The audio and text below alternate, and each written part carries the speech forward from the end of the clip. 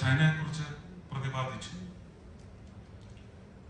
ഞാൻ നേരത്തെ പറഞ്ഞ ഡിഫ്ലക്ഷൻ ഡിസ്ട്രാക്ഷൻ ഒന്നുമല്ല ഞാൻ പറയുന്നത്, ഡിസ്ട്രാക്ടേഴ്സ്. എന്തുകൊണ്ടാണ് ഇപ്പോഴും പാർലമെന്റിൽ ഒരു വിഷയമെടുത്ത് ചൈന ചൈന? ഞാൻ ഇപ്പൊ നിങ്ങളുടെ മുന്നിൽ വന്ന് നിൽക്കുന്നത് കൃത്യം 3 ദിവസം മുമ്പ് അതിന് പിന്നോട്ടുള്ള 2 രാത്രികൾ ചൈനയുടെ ബാരലിനോ മിസൈലിനോ ഒക്കെ അവരുടെ മൂക്കിന് താഴെ വെലോങ് വാലിക്ക് മേലെ കിബിത്തു എന്ന് പറയുന്ന 5 കിലോമീറ്റർ ദൂരത്ത് മലമടക്കുകളിൽ കാണാം പച്ചപ്പിനിടയ്ക്ക് ബ്രൗൺ പാച്ച്. അവിടെ അവരുടെ ബൈനോക്കുലറും അവരുടെ സ്റ്റെതസ്കോപ്പും സിഗ്മോമാനോമീറ്ററും ലിപ് റീഡറും എന്നെ ഈ റേഞ്ചിലാണ് അവർ കണ്ടുകൊണ്ടിരിക്കുന്നത്. എനിക്ക് അവിടുത്തെ സമാധാന അന്തരീക്ഷം എന്ന് പറയുന്നത് നേരിട്ട് ബോധ്യപ്പെടുവാൻ സാധിച്ചു.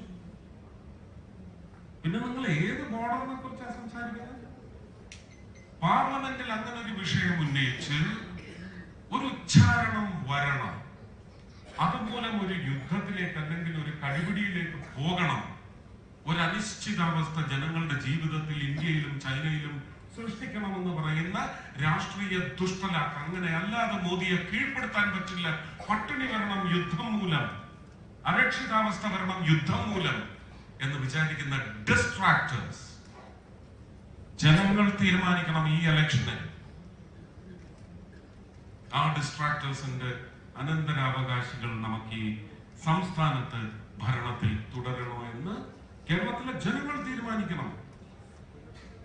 ഇതെല്ലാം നിങ്ങളുടെ മുമ്പിൽ ഇട്ടു തരുന്ന pre election substances. Please discuss. ഞങ്ങൾ മാത്രമേ ചർച്ച ചെയ്യുന്നുള്ളൂ. ഇതൊക്കെ ടിവിയിൽ വന്നിരുന്ന സദ്യക്ക് ചർച്ച ചെയ്യുന്നത് മാത്രമാണ് നിങ്ങൾ കേൾക്കുന്നത്. നിങ്ങൾക്കിടയിൽ ചർച്ചയുണ്ടോ? നിങ്ങളിൽ എത്ര പേർ ഇത്തവണത്തെ ബഡ്ജറ്റ് പഠിച്ചു? ബഡ്ജറ്റ് വരുന്നതിന് മുമ്പ് തന്നെ 2007 വരാൻ പോകുന്ന ഫെബ്രുവരി 1-ാം തീയതി വരാൻ പോകുന്ന ബഡ്ജറ്റിന്റെ സ്ക്രിപ്റ്റ് ഇപ്പോഴേ പ്രതിപക്ഷമായിട്ടുള്ളവര് അത് ആലേഖനം ചെയ്തു കഴിഞ്ഞു. നരേന്ദ്രമോദി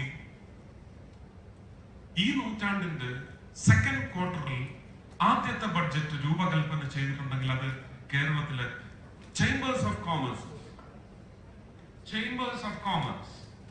അവർ കൃത്യമായിട്ട് അത് പഠിച്ചിട്ടുണ്ട്, അവരെ പ്രതിപാദിച്ചിട്ടുണ്ട്, അവരതിന് വലിയ പ്രചരണവും നൽകുന്നുണ്ട്.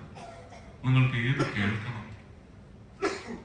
നിങ്ങളുടെ ജീവിതത്തിലേക്ക് നന്മ വരുന്ന വഴി ബഡ്ജറ്റിലുണ്ടെങ്കിൽ നിങ്ങൾ ആരെ കേൾക്കണമെന്ന് പറയുന്ന ഒരു വിവേചന ബുദ്ധി